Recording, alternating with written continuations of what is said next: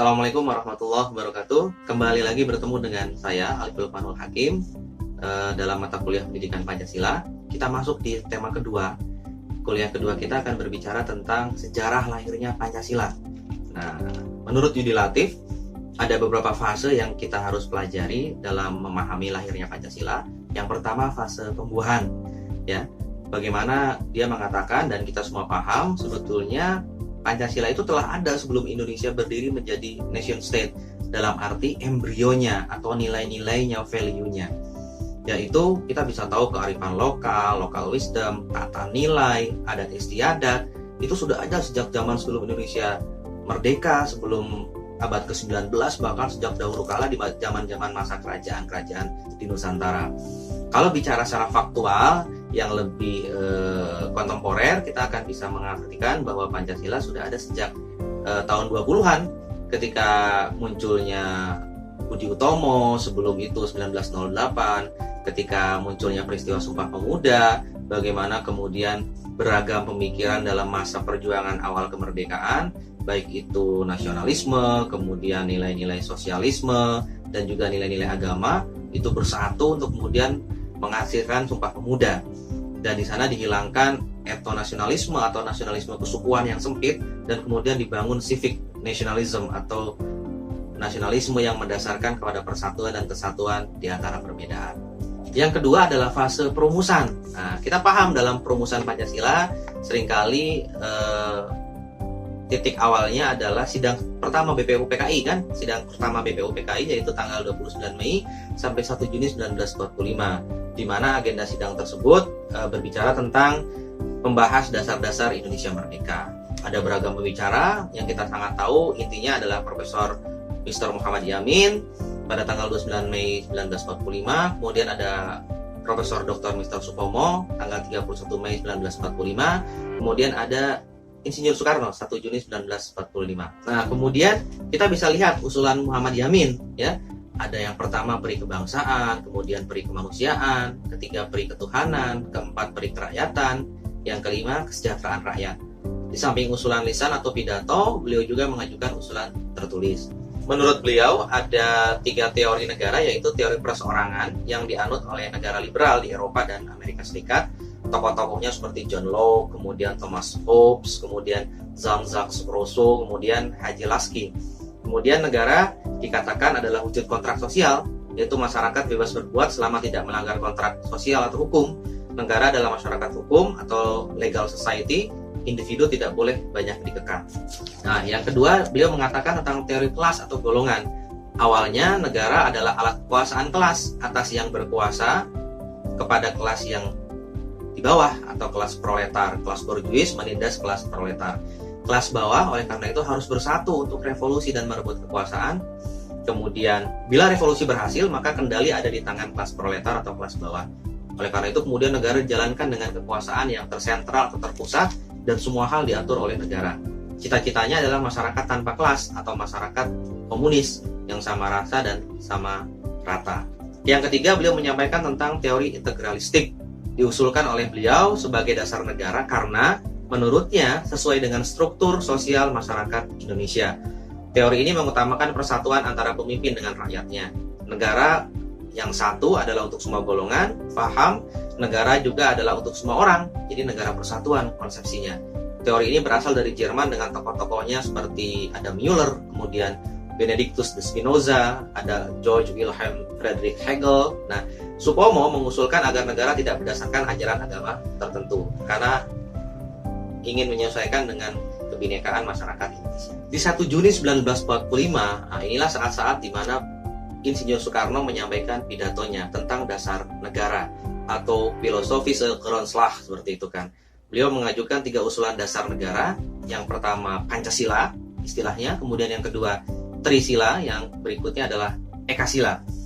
Ini sekali lagi sifatnya usulan ya, bahwa naskah akademik adalah sebuah usulan. Akhirnya forum menyepakati istilah yang ditawarkan Bung Karno yang pertama, yaitu Pancasila. Pancasila versi Bung Karno yang pertama dulu adalah kebangsaan atau nasionalisme, yang kedua kemanusiaan atau internasionalisme, yang ketiga musyawarah mufakat atau demokrasi, yang keempat kesejahteraan rakyat, yang kelima ketuhanan yang berkebudayaan. Teman-teman juga perlu tahu ya, istilah Trisila yang disampaikan Bung Karno aslinya dulu seperti apa. Yang pertama sosio-nasionalisme, yang kedua sosio-demokrasi, yang ketiga ketuhanan. Kemudian istilah Ekasila itu oleh Bung Karno diperas dari sedemikian banyak dalam Pancasila dan Trisila menjadi satu saja, yaitu Eka Sila atau gotong royong, ide dan kebiasaan asli orang Indonesia. Nah, setelah pidato Soekarno ini selesai dan dihentikan, kemudian ditawarkan apakah Pancasila, Trisila, dan Ekasila. Forum menyepakati bahwa dasar negara kita disebut sebagai Pancasila. Kemudian dibentuk panitia kecil yang berjumlah 8 orang. Tugasnya menggolongkan usul-usul tertulis yang tadi yang sudah masuk untuk dibahas dalam bahasan berikutnya. Setelah panitia kecil terbentuk, kemudian bekerja, diperoleh usulan yang banyak. Usul terbanyak adalah mengharapkan agar Indonesia segera memproklamasikan kemerdekaannya.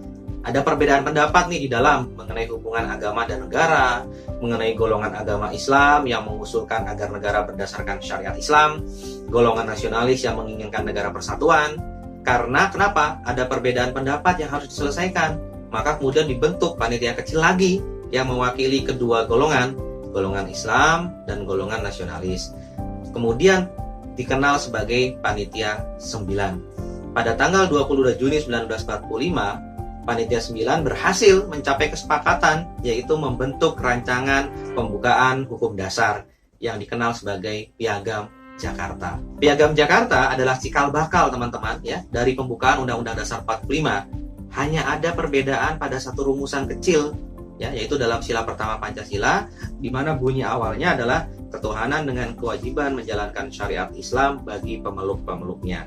Yang berbeda dengan kemudian yang disepakati berikutnya, yaitu ketuhanan yang Maha Esa. Teman-teman bisa baca nanti dalam slide saya seperti apa Piagam Jakarta untuk mengingat ya, dan perbedaannya ingat tadi hanya satu dalam sila pertama. Nah, kemudian kita masuk dalam sidang BPUPKI yang kedua, yaitu tanggal 10 Juli 1945. Pada sidang kedua ini disampaikan hasil musyawarah antara golongan Islam dan golongan nasionalis tentang rencana mukaddimah hukum dasar. Di dalamnya menuat 5 sila Pancasila, yaitu versi Piagam Jakarta. Seluruh anggota sidang dapat menerima kesepakatan tersebut sehingga masalah dasar negara dianggap telah selesai di fase ini. Nah, teman-teman bisa lihat nanti kemudian Piagam Jakarta seperti apa. Teman-teman juga bisa melihat naskah teks proklamasi ya, nanti ada di slide yang bisa teman-teman lihat aslinya seperti apa. Nah, kemudian kita masuk ke fase berikutnya, yaitu fase pengesahan. Yang dimana fase pengesahan ini dari awal Agustus, Panitia 9 bersidang, kemudian terbentuk PPKI, Panitia Persiapan Kemerdekaan Indonesia, di mana kemudian ada lobby-lobby lagi terjadi antara golongan Islam dan golongan nasionalis, terutama saudara-saudara kita yang dari Indonesia Timur dan saudara-saudara kita yang non-Muslim, yang mereka tidak sepakat dengan sila pertama berbunyi ketuhanan dengan menjalankan syariat Islam bagi pemeluk-pemeluknya. Kenapa? Bagaimana dengan agama lain selain Islam?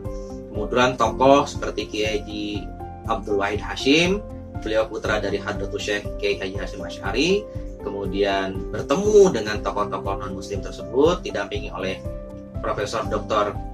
Kiai Haji Abdul Karim Muzakir.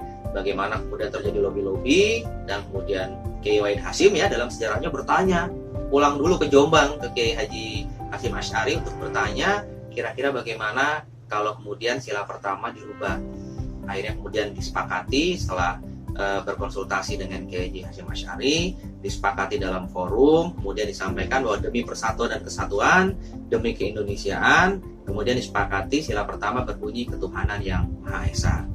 Kenapa? Karena Indonesia adalah negara yang plural, yang majemuk, tetap agama kemudian diawasi, dibuat regulasi yang baik oleh negara, memfasilitasi semua agama, tapi tetap mempersatukan dalam perbedaan dan membedakan dalam kebersamaan. Kemudian hal-hal lain dalam fase pengesahan ini adalah PPKI bertugas mengesahkan Undang-Undang Dasar Negara Republik Indonesia, dimulai dari pembukaan Undang-Undang Dasar 45, dilanjutkan ke pasal-pasal, kemudian pemilihan presiden, kita tahu terpilih Insinyur Soekarno sebagai presiden kita yang pertama, kemudian wakil presidennya Dr. Andes Muhammad Hatta. Kemudian untuk sementara waktu, presiden didampingi oleh sebuah komite nasional sampai terbentuknya DPR MPR. Sidang kedua BPUPKI ini membicarakan masalah lain juga, yaitu wilayah negara, bentuk negara, dan juga persiapan panitia perancang undang-undang dasar. Panitia keuangan juga ada di dalamnya dan ekonomi, serta panitia pembela tanah air. Nah, kemudian pembentukan PPKI, kita tahu ya, kita flashback sedikit, yaitu pada tanggal 9 Agustus 1945 oleh Jepang yang bertempat di Dalat, Vietnam. Ini flashback sedikit, ketuanya adalah Insinyur Soekarno, wakil ketuanya adalah Dr. Anus Muhammad Hatta, dan anggotanya salah satunya adalah Dr. Rajiman Wedjo Diningrat. Gitu ya teman-teman ya.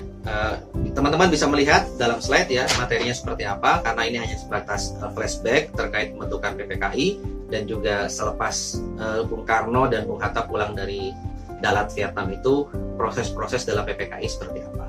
Dalam fase pengesahan ini juga kemudian dibicarakan terkait pembentukan provinsi yang ada di Indonesia pertama kali ya. Kita tahu ada 8 provinsi. Yang pertama Provinsi Jawa Barat dengan gubernurnya Sutarjo Karto Hadikusumo, ada Provinsi Jawa Tengah dengan gubernurnya R. Panji Suroso, ada Provinsi Jawa Timur dengan gubernurnya RM Suryo, ada Provinsi Sumatera dengan gubernurnya Mr. Tengku Muhammad Hasan, ada Provinsi Borneo dengan gubernurnya Insinyur Pangeran Muhammad Nur, ada Provinsi Sulawesi dengan gubernurnya Dr. Saul Samuel Gerungan Samratulangi, ada juga Provinsi Maluku dengan gubernurnya Mr. J. Lato Harhari, dan ada berikutnya Provinsi Sunda Kecil dengan gubernurnya Mr. Igusti Ketut Uje. Nah, teman-teman bisa lihat dalam slide yang sudah saya tampilkan. Apa yang tidak saya sampaikan mungkin sudah terdapat dalam slide. Terima kasih atas keikutsertaannya dalam kuliah kita yang kedua ini. Assalamualaikum warahmatullahi wabarakatuh.